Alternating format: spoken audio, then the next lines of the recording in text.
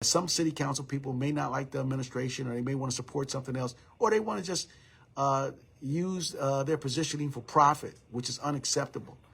We need to push back against that, and it's time for the residents of this community to be able to step in and engage those places where these individuals are doing wrong. Last step is for it to go to city council for approval, and once it goes through and gets approved, then we receive our financial compensation, and the city has an endured contract with our union. But unfortunately, that didn't happen this time. For whatever reason, the contract was laid before city council, and it didn't seem like any of the terms of the contract was discussed or anything like that. It was just simply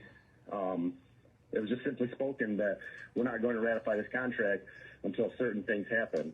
So it didn't seem like city council had any issues with the contract or the terms of the contract. It seemed like it was more of a personal thing that this contract was not passed through the city council. Thank you, Madam Chair. I don't think anyone is denying the sergeants or officers their raises. However, I think that Chief Green needs to be here. We have questions. He needs to be here.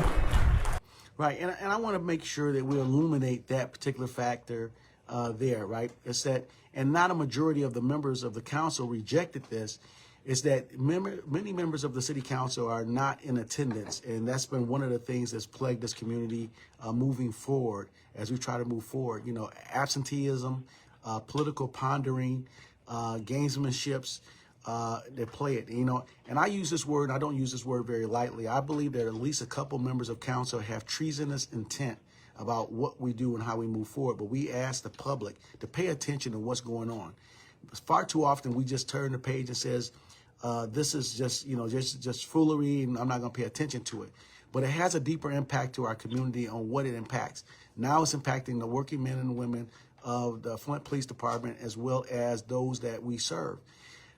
So this is going on a period of going on 4 weeks. We will put this contract up again for the ratification portion from the city council to be able to vote on this. At the last city council meeting, out of 9 council people, only 5 showed up. So in order to have anything passed, you have to have, because you have 9 in total, you have to have 5 affirmative votes to move anything forward. So when only 5 show up, that means all 5 have to vote in agreement. At this particular meeting, 4 voted to ratify the contract to be able to go ahead and get the compensation needed for the Flint Police in the sergeant's area, and 1 voted no. The 6th ward voted no. So I have questions, and I did request to have Chief Green here, and he's not here, and it's not fair to ask you questions that it's his responsibility and falls underneath his job description. Well, it's my responsibility also, but I didn't know this. I thought this was going to be with the continuing education questions. Okay, I did not hear you.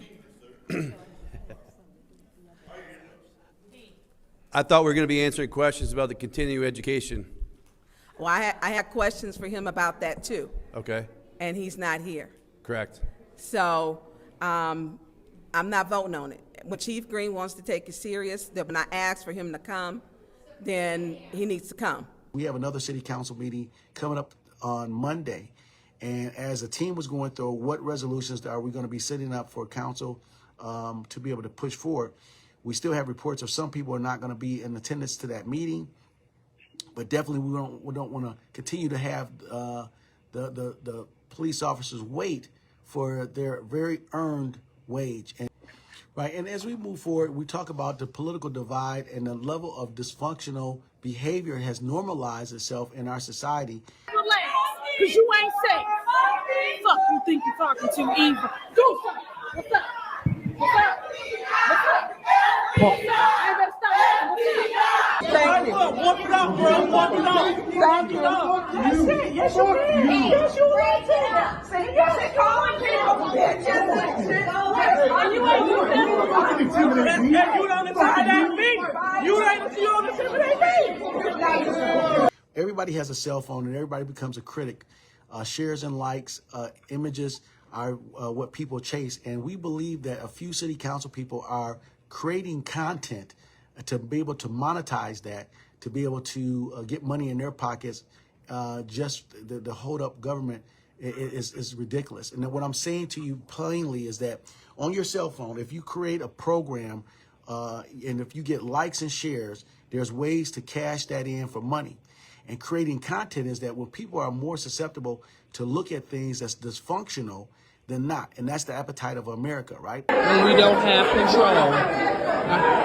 This lady was harassing Candace, cussing her out, running up to her internet